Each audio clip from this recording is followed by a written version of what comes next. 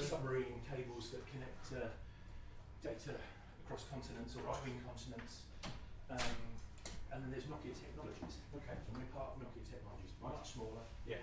We make human relevant products Right.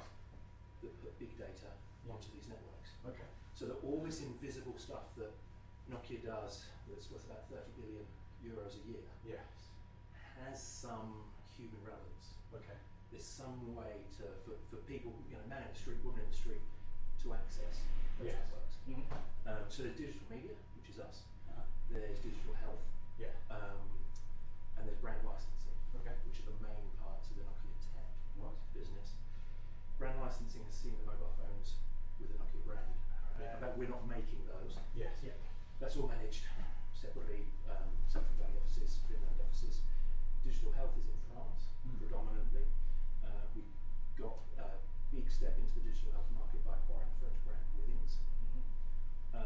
Just been rebranded Nokia. Just been rebranded Nokia, exactly. So soon I shan't tell the Withings story, but you're up to speed with us. So mostly in London, you find intellectual property lawyers working for Nokia Technologies. We're absolutely lovely folks. But we want visitors, we want to be open, we want to show people what we do. We have a thing that we sell as a thing. Yeah. And they protect our intellectual property rights, they fight litigation where our rights are encroached, they deal with the contracts with our legitimate customers, and we just weren't a good fit. So after a little while, in a very positive way, we picked it up. And we got our own space, and so we, here this is just a serviced office. I see. So I know we look like, 10 minutes after you're gone, roll up banners go down. By the time trading standards get here, Nokia, who, what? But this is our home, I promise. This is legit. Yeah. Let me introduce Malcolm. Yeah, come into the room. So we have Mark. Hi, nice to meet you. this is Mike, Alistair, and Hello. Ariana. Ariana. Yeah. All from Rolls-Royce, all with different requirements. I've just been learning on the stairs. Same team, very different requirements for what they should learn from us. Yeah. I want to find out what they are, but I also want to offer people a drink, cold drink, cup of tea, cup of coffee, Glass of water. glass of water. That does sound good actually. Yeah. Have a tea. A tea? How'd you take it? I just milk, no sugar. Cool. Thank you. You start with Mal. Mal will explain himself and context, etc., and I'll come back with 2 water, 1 tea. Mal, something? I'm fine, thanks. Okay. Just because I want some water. So, so you guys are all from different parts of Rolls-Royce. Same No, part. same Exactly part. the same team. The same part, same team. So But you're looking for different. so our team's called the Future Technologies Group. Oh, cool. Which is a All bit right. Sounds broad. like the most Bit of a- interesting part. Yeah, it is definitely the most we would interesting say that part, we're yeah. a bit biased, but so our role as a department is to look outside of technology that's being developed and see how we can accelerate its adoption within Rolls-Royce. See what's relevant. Yeah, Yeah. what's relevant, how it's relevant, and if it is, how do we accelerate its adoption? Because I think Yeah. Rolls-Royce traditionally, a lot of big engineering companies traditionally not so good at adopting new technologies. They know their technology very well. Yeah, it's all about iteration and refinement. Yeah, Exactly. Yeah. We're doing a lot of horizon scanning, and so looking what's happening outside Yeah. the company, and also we say we protect the company against disruptive threats. I know it's a bit of a Yeah. Buzzwords. fluffy buzzword, but that's basically. It what is, we're but there it's for. kind of useful, I guess, because I'm not sure how else I'd describe that phenomena. Yeah. I mean, it's always happened. The printing press was disruptive, you could say, but Yeah, exactly. So- And we all have different backgrounds. So Ariana is a I'm a chemical engineer. My background is nuclear, and Okay. somehow life happened, and I ended up in this group. And Yeah. I'm now looking.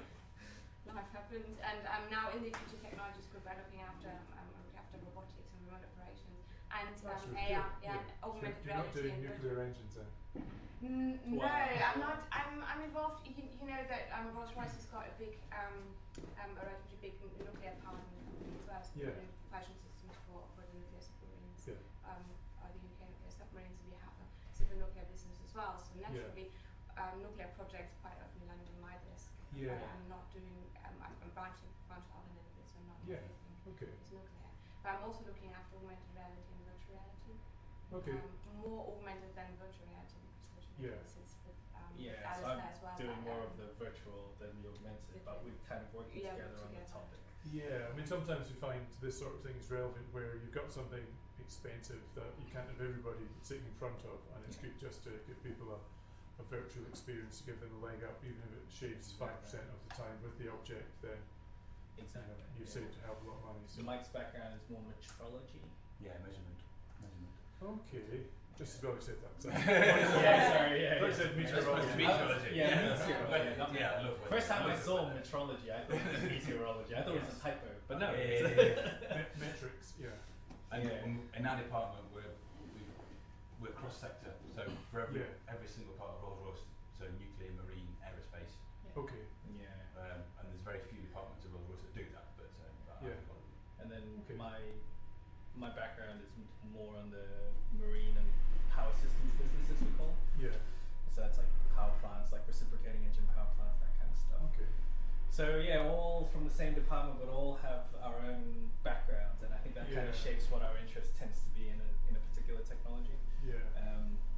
So yeah, it's Okay. that's why we're all a little bit different. So, but we're all sort of interested, I think, probably using the technology in a similar way, but for Yes. slightly different applications. Maybe, Right, yeah. Like one might be in a nuclear reactor. Yeah, for inspection purposes, for any nuclear power plant. Yeah, which yeah. uses So Okay. yeah, I'm probably more interested in things like radiation shielding, that kind of stuff.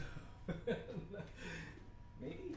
It Depends. depends where you would use it, Yeah. but Yeah. And I'm interested in remote monitoring for a number of different applications.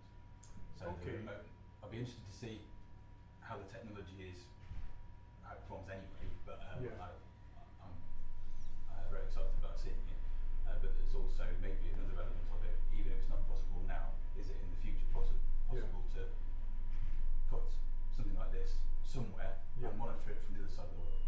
Yeah, oh, that's definitely possible. Yeah, and I can show you an example of that in a bit. Okay. I'd probably say there's two strands to what people do with the camera. There's basically you go out there, you do a bit of planning, some rehearsals, you shoot something, then you take that back and then you post process it. You can't put it on when you've got the phone in.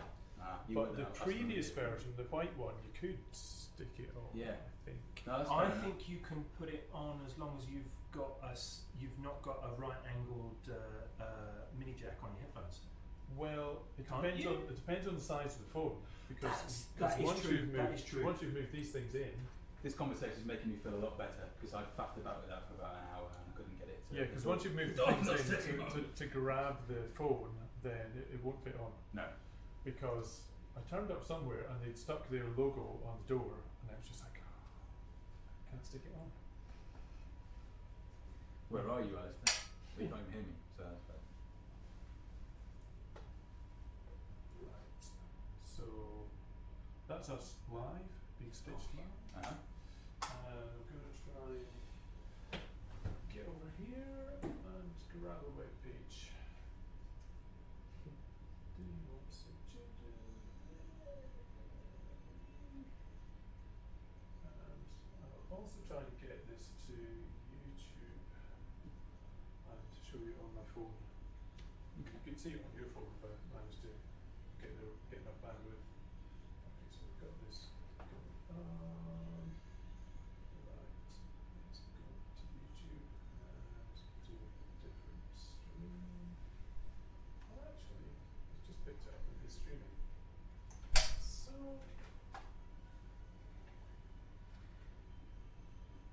right,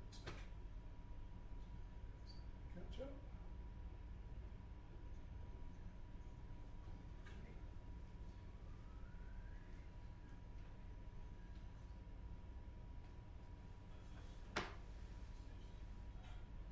Okay, so that's There's a whole just my range phone. of stuff in there. Found my stream on YouTube.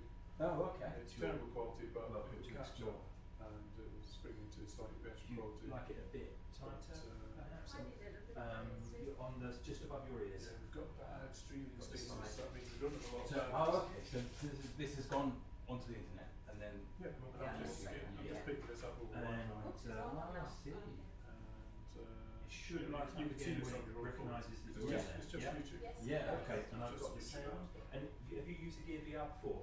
That's interesting. Okay, so if you lift your I'm right not sure how the hell hand, you get this I'm to gonna be hold it, aligned with the room that you're just standing. You're not really here, meant to be you've got a watching. touchpad. No, If you're not really, you tap anywhere on there, you'll select an Oh, item. you know, that's And just here, you've got the back button.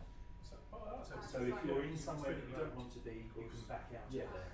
So, I mean, that's So, kind of useful. do YouTube, does I'm going to YouTube give you the support headphones with stereo- sound as well. If you upload a file, it'll do stereoscopic. Okay. It'll do ambisonics. Right. If you do live, then it will do monoscopic and just left-right stereo. Yeah. So, Because I did notice on YouTube before there are some videos that claim to have been filmed in Oculus, one with Yeah. tall ships or something like that. oh, okay, I've Um, seen that one. But Yeah. on So that would have been uploaded. but I think the version of YouTube that we're allowed access to, or maybe it's the version of Explorer that we have at work, Yeah. doesn't quite allow us to use it. You know what? You should use Chrome Ah, because that's made by Google right. and YouTube's Google, Yeah. and Okay. then you basically get all the latest Get stuff. all of the stuff. Okay. Even though I've totally gone against that and used Safari to do this thing, if I wanted to pan around it, then I would actually need to be running Chrome. It's just making things a bit more complicated. But yeah, that's us 30 seconds. Yeah. Yeah. Oh, that's very good. That's even more weird. 'Cause That's you watching you with a That's 30-second delay watching you. That's us 31 seconds ago. Yeah. And that's us That's- 30 seconds. Yeah. Okay. Takes 1 second to go through that PC. But I'll explain the kind of workflow and the signal flow, should I say, once that's explain Thank you. that. Yeah. That was quite nice. I actually just picked it up, even though I had that turned off, turned it back on again. And it was there. YouTube was like, I don't I've done have this before. anything.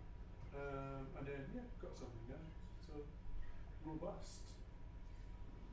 Or lucky. That's not bad quality considering it's going through the internet. Yeah. And with, YouTube is a popular platform for content that they want to, the content producers or owners want to get the biggest, easiest, non-monetized audience accessing. But it wouldn't be where you'd send it if you wanted the highest quality No. delivery. No, It's no, the, no. it's the balance. There's a balance between those things. Yeah. Yeah, and that is obviously the quality that you can produce, Yes. which is a bit quite Far better better, than So I bet you could fix up that stitch line on the left now. yeah. I know I'm, horrible and critical and all Do sorts you of want to see that? I understand it. It's slightly unusual. This is the Yeah, we'll go through the interface and Oh, is stitching and that stuff. using the gyros as well? I didn't realise that. On the phone, yeah. Oh, okay. Yeah. is that odd? It's not odd. I'm gonna have to stand near the camera to understand angles. If I'm on level with the camera and hold this phone, what I think flat, I'm looking at the ceiling. Span it around with your finger. There's been some finger panning going on. Oh yeah, lots of finger pads. Yeah, we will do lots of finger panning. I don't expect anyone to I don't expect anyone to have done that. It's probably like it's two different sorts of people are now being are now coming out of society, like the panners and the Oh yeah, the Yeah. dammers. the grown up using a mouse. Yes. Yeah. No. No, that's right. When you're growing up using a mouse, I can't use it at all. That was interesting actually. I went to I took my kids to a museum. It was a museum in London. I can't remember which one it was now. On the table, they had a big white table and they had a projector on the ceiling. And I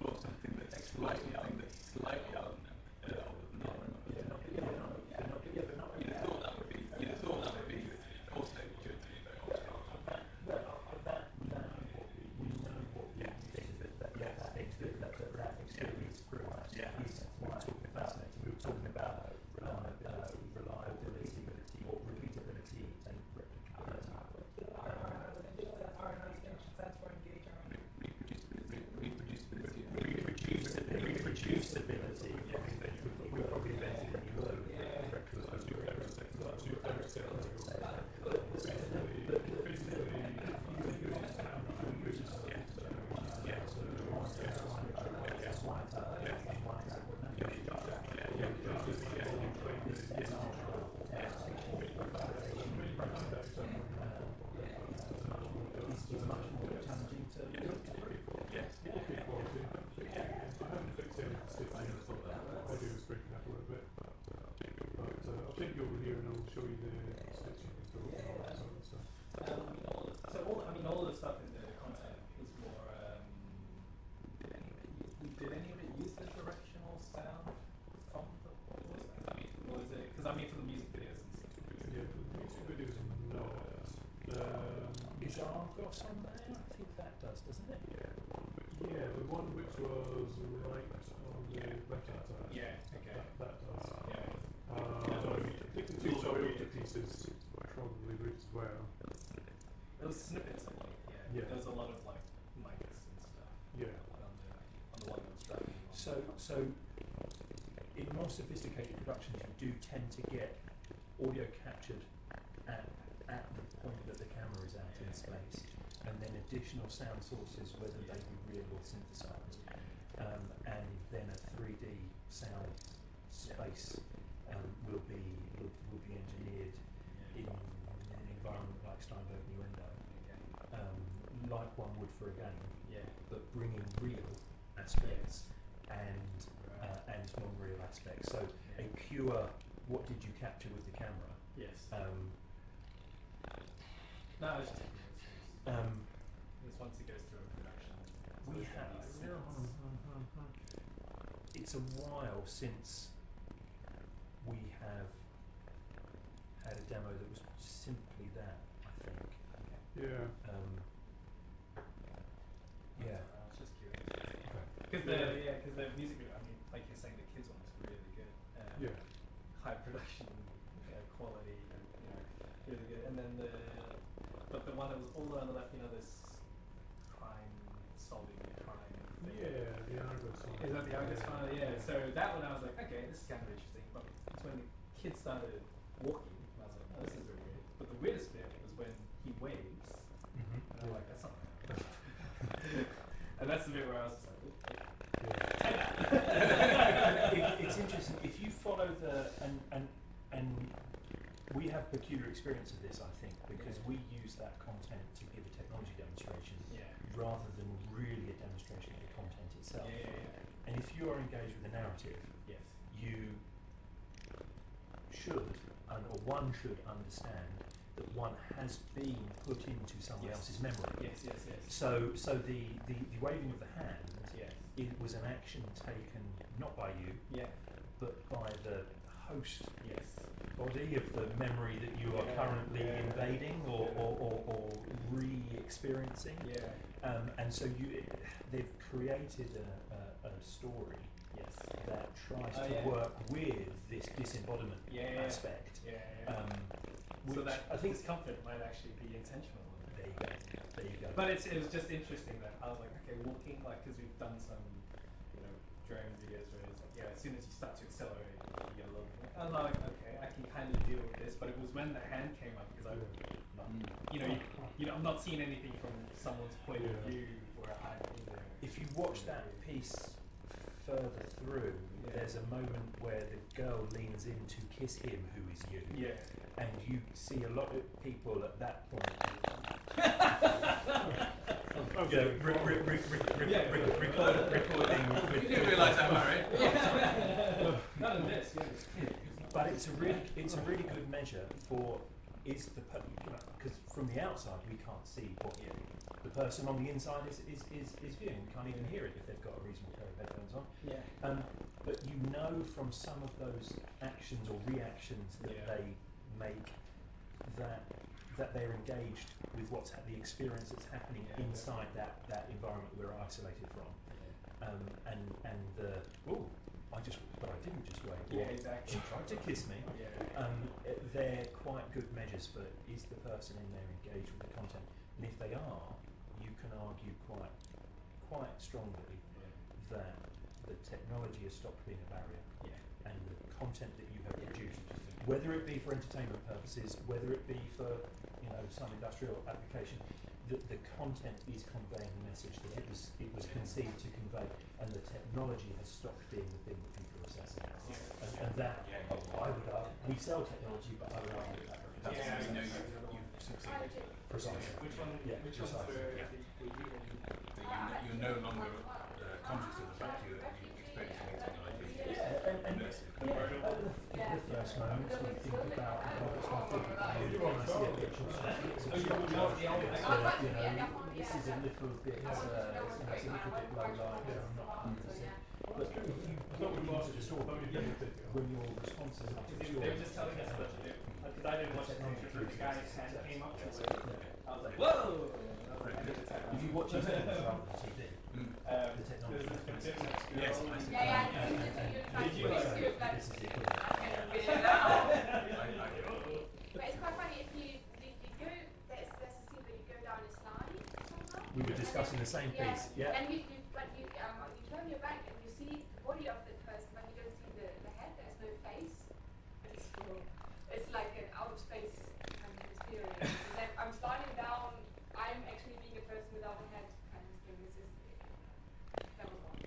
Yeah. Yeah. What can you say? People without heads?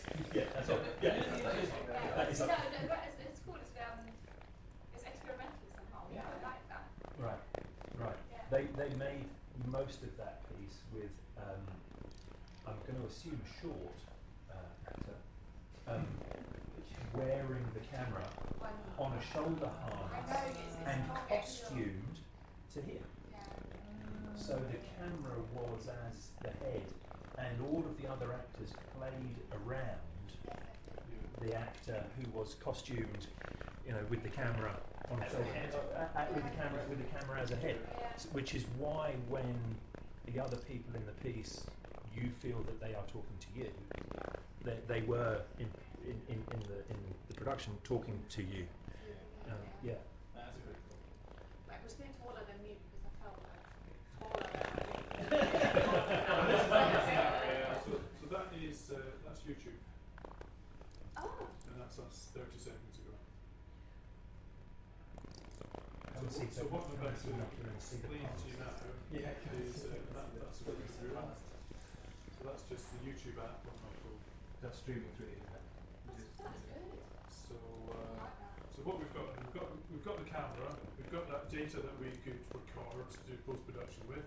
We basically got that coming out the camera, going into a PC which is running our live stitching software, which is called Bozo Live. It's on a PC. We give people specs. They build their own PCs. It's got a couple of graphics cards in it. Consumer grade gaming cards. Nothing super expensive. And so it basically takes that camera data in and outputs on 4 video cables or 1 video cable a UHD 30 frames per second video signal. That's what would normally go into the high vision encoder to turn that video data into network traffic. But we have an option on here because the graphics cards are able to do it quite efficiently to basically do the same thing that the high vision box would do, but do it inside of the graphics card. So basically camera data in, and then we can output an RTMP streaming, encoded video stream over the network. That just goes onto the network, up to YouTube, and then anyone can find that stream on YouTube. What's the delay? But 30 seconds, roughly. There's 30 seconds from camera to Yes. consumer, Yeah. and that delay breaks up, should be 1 second Yeah. for the real-time stitching. So from here to here, there should be 1 second Yeah. of delay, but from here where we go out to the internet and back through YouTube, that will add the other 29 of those 30. And I think we have had people, instead of going onto the internet, they've actually just done things through their local network. Yeah. They have 2 headsets and managed to have a 2 second delay, Okay. which is pretty good. So that's good. But it's not with not an hour now, right? And if you're going over fibre, then you can go a massive distance and still What have are, that I'm assuming you're using NVIDIA cards and A Yes. couple of GTX 1080s. Okay, yeah. Anything more than that is not going to be useful because it's already doing it in real time. Yeah. With the current setup. Yeah, that seems to be the card of choice for all of this stuff. Yeah. For all of this stuff. So the software that's running on there, it also runs as a web server. We can connect up to that. We're on the same network, just with any web browser. Yeah. We've got multiple cameras. We can have a tab per camera, so it's easy to control all of your cameras. This is us having a look at a preview of what's coming out there. That's obviously the better version of that. We've got audio meters here. We can pump that up a bit if you like. If we were going to make the audio go through some mixing desk or something, it would take a different route. There'd be a different kind of delay there. We could actually offset video and audio a little bit so they match up when they come back together. In terms of audio, we did show something at NAB which was a future version which should come pretty soon, which allows you to take a whole load of audio from a mixing desk, a whole load of channels in over. Maybe you're better at explaining the Dante thing.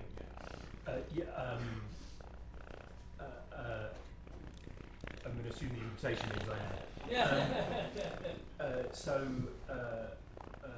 One of the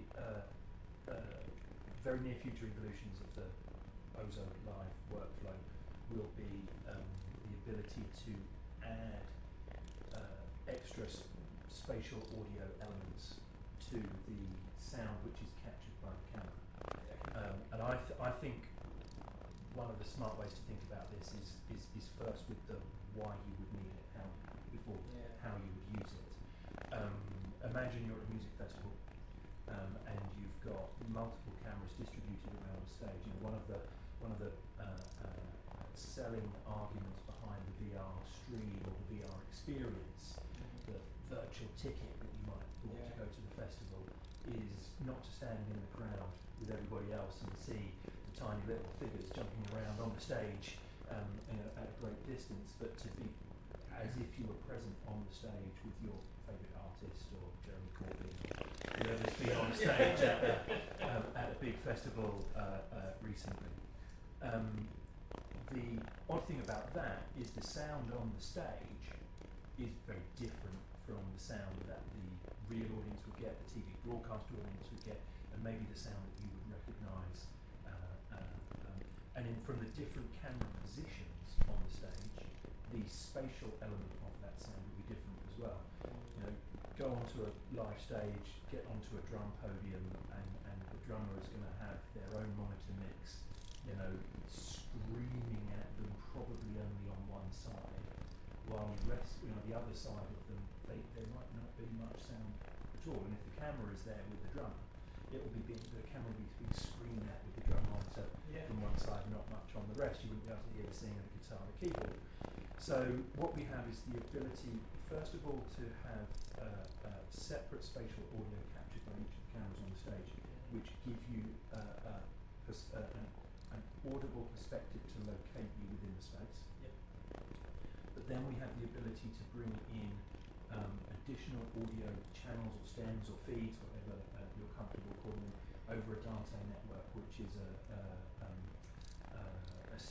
standard for moving multi-channel audio over IP. Okay. So you could, through a single Ethernet connection, you can have Dante maxes out 160 something channels over a single Ethernet connection. So you could bring in plenty of other audio sources from a front of house mixing desk. You can have main vocal feed, you can have guitar feed, bass feed, stereo drums, keyboard, let's say, and then within the spatial audio mixing environment, which would be a new section on the interface that Mouth has there, Just on this web page. you would position each one of those sources. So let's take the singer. You position the singer in space relative to camera 1, and then independently to camera 2, and independently to camera 3, and that's a 360 degree and 180 degree control. So again, take the example of camera 1 is on a drum podium. Say that's higher than the main stage. We can position the singer, he's over there about 3 o'clock, and he's down there by X number of degrees, because this gets better in a way that you know, the how do you solve this problem blew my mind in the beginning. If you're producing in real time images and audio feeds from each one of these cameras around the stage, each gets its own unique audio mix put into the SDI signal that comes out from that server that is working with that camera. And so in a multi-camera production, as a director chooses which camera to switch to, the audio switches seamlessly with the camera switch.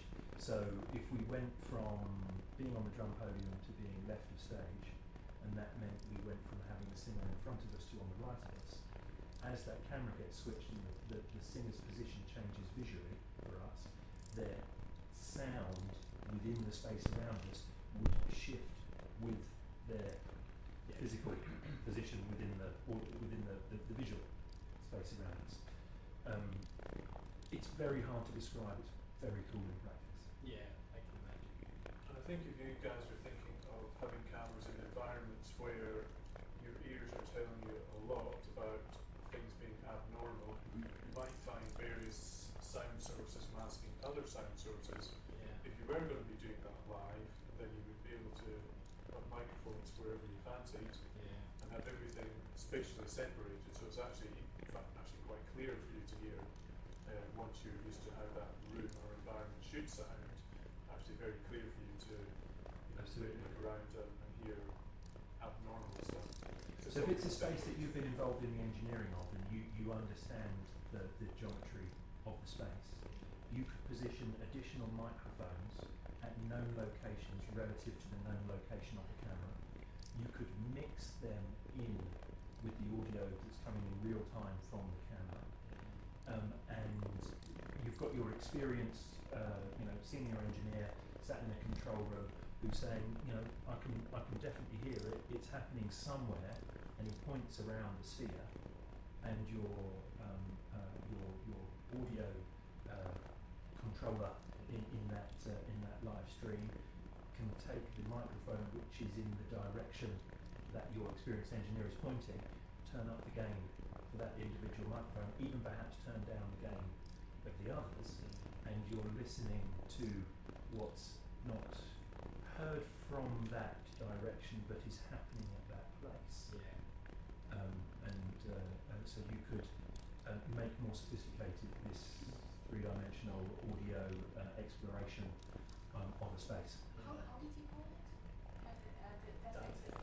So Dante is the protocol that's used to move multi-channel audio over IP. The feature in our